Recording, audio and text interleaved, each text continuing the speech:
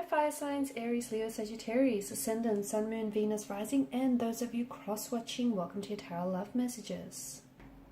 Today we're going to take a look at and see what's going on with the silence between the two of you. So why are they not communicating, why they're not reaching out, or they're not responding, why did they ghost you here? We'll go ahead and see what their silence is really saying, and what this silence between the two of you really means. It is going to be a general reading, guys. Please just keep that in mind. If you are after a personalized tarot reading with myself, please feel free to reach out and inquire. I will list my email address just below the video here. Okay, now let's go ahead and take a look and see what messages are coming up for you here.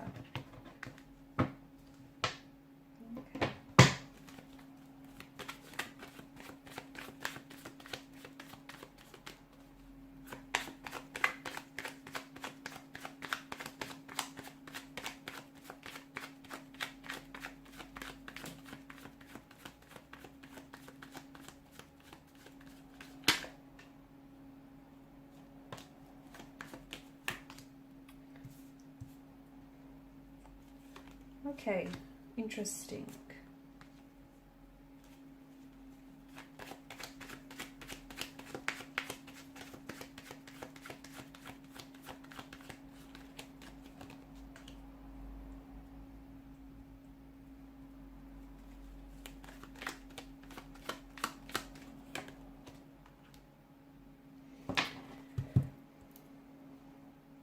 Okay, so with this particular situation, I'm getting withdrawal here, withdrawal from your partner, from your romantic energy. So it feels like someone here is keeping silent because they may be experiencing a range of emotions. They could be really angry, they could be feeble, they could be sad here, they could be confused, a little bit uncertain here. So they're withdrawn. So maybe this is someone who you might still be communicating with this person, but it just feels like the communication isn't the same. Okay, it's reduced, they're not saying as much, or they could really be weaponizing their words. It could be really snarky and bitter and just like throwing jabs at you. It could be very short and brief.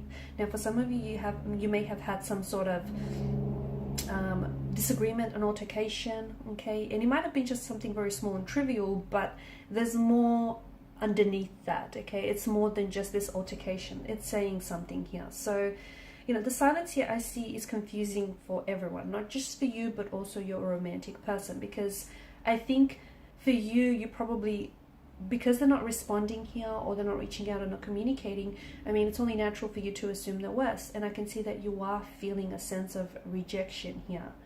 Okay, now for some of you, I feel like you have to know that their silence, it could be a punishment. I know it sounds emotionally mature, but hey, you know, I'm seeing a bit of ego play in the works here. So the fact that, you know, at its extreme, their silence could be a punishment. They might be punishing you. They might be using their silence here to manipulate you in this situation here. For others, it's not so much, it's not that cruel or toxic. It's more an attempt to kind of, you know, they're in their head, and it's more an attempt to kind of navigate this emotional territory and their emotions, like what's really going on. They may be starting to catch feelings for you. Their feelings for you might go the other way. They might be dissolving. They're kind of just trying to figure their way around this. And this is someone who I feel like has pulled away as a result. And for you, you're probably feeling a sense of rejection, abandonment, and you're just feeling a little bit uncertain. So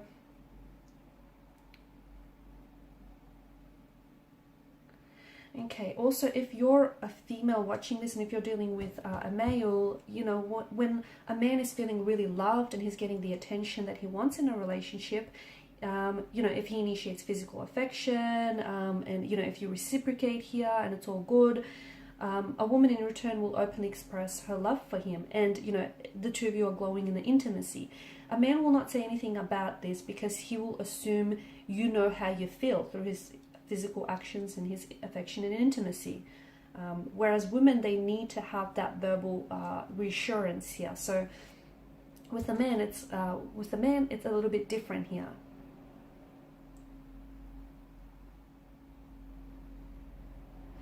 Okay, silence is not necessarily golden, and not in this case as well, because I feel like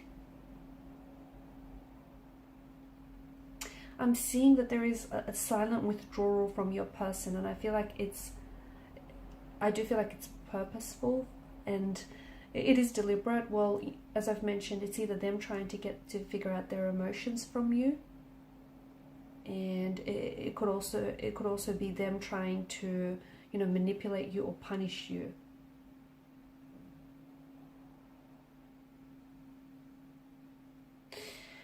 I'm also seeing some of their behavior here. So someone here is pursuing an energy. Okay, so I'm not sure if you're the pursuer. So I'm getting two different types of energy: pursuers and withdrawers. The person that is pursuing here tends to cling. So if they pull themselves back, it's probably not a good idea for you to pursue, because then you can come across as a little bit demanding, a little bit pushy, and that's going to have your person withdraw more and more away. Okay, they're going to pull further and further away.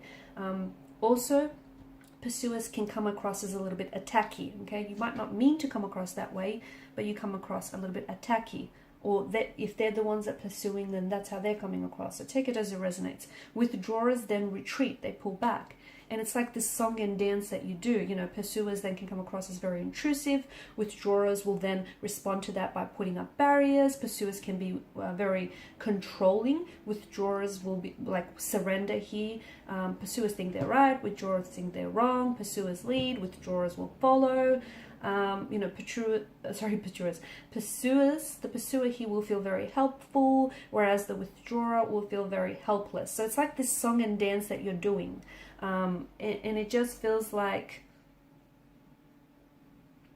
this is what's keeping the interaction between the two of you stuck. Okay, this dynamic. So you have to find a way to break this dynamic if you really fall into this pattern here. I'm also seeing that, like, what's going on with your person's brain right now.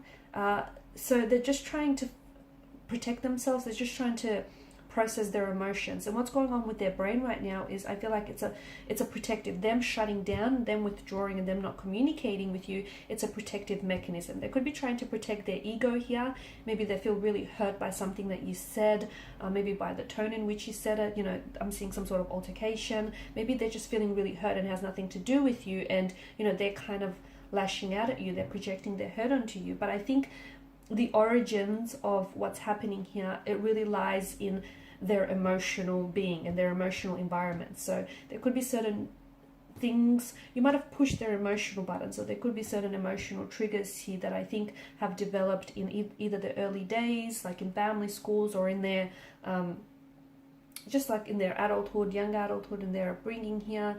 And it feels like this person is really struggling to find an emotional language. So if they are hurt by something that you've said, it might bring up memories of, you know, their abusive parents or their abusive upbringing here. And instead of communicating with you, this person is then, you know, they withdraw here. Okay, they withdraw because their brain, it just feels like their mind here has little need or capacity to talk about these emotions, because it's not how they were brought up here. And it's just that they quite literally are struggling to find this emotional language, okay, to which they want to communicate here. I'm also seeing that your person is someone who is a little bit pride. They're coming across as very proud. There's a lot of pride here, ego involved, and they don't want to talk about their emotions because they don't want to be exposed. Okay, they want to remain that, you know, really manly or very alpha here. And maybe, you know, it's sort of like an old chestnut that emotions are not manly, and, you know, heaven forbid a man discusses them. So he or even she, because they're an alpha energy here, they might just fear being exposed here. I'm also seeing that this person is getting angry with their feelings. They're very irritable. They feel frustrated at just having these feelings, whatever these feelings are in the first place. Because you remember, this is an energy that doesn't do feelings very well. And I think silence is an attempt for them to protect themselves, possibly also protect you from causing more damage to this relationship connection here. Because I'm seeing that there's already some sort of conflict or existing tension. They don't want to communicate because they don't want to add to it. So maybe it's a good idea to give this person space, some time to work things through. Is it a winnable competition? I don't know. I feel like some people... you know, some people hate feeling inadequate. so much so that they might process their feelings slower. And they do that in a way to avoid the feelings of defeat. So not that this is a game, but it's coming across as something like that. So they don't want to compete with you, or they do want to compete with you in this conflict or in this silent treatment. And this is why they're responding a lot slower, because they want to win. Okay, not that it's a game, but that's kind of how they view it. Okay, if you break the silence first, and if you communicate first, or if you apologize first, ultimately they see it as defeat, victory, them defeating you. It's just, there's some sort of conflict, there's some sort of tension here, and truth be told, it feels like this person is unhappy because it's affecting their mood. So whether it's an altercation that you have, it just feels like they're not necessarily happy here. I can see that you're experiencing huge concern, anxiety, also confusion about your person's silence and their withdrawal, and you're probably guessing what they're thinking or feeling. Don't assume the worst here. I just think it's a good idea to give this person a little bit of space, and to give yourselves a little bit of space, a little bit of time here.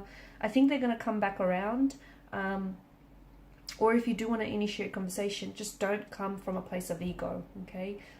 Like, don't "I told you so," or you're right, they're wrong. I think just really try to neutralize the communication here. Just try to stabilize the energies. I do think there will be contact, there will be communication in the future.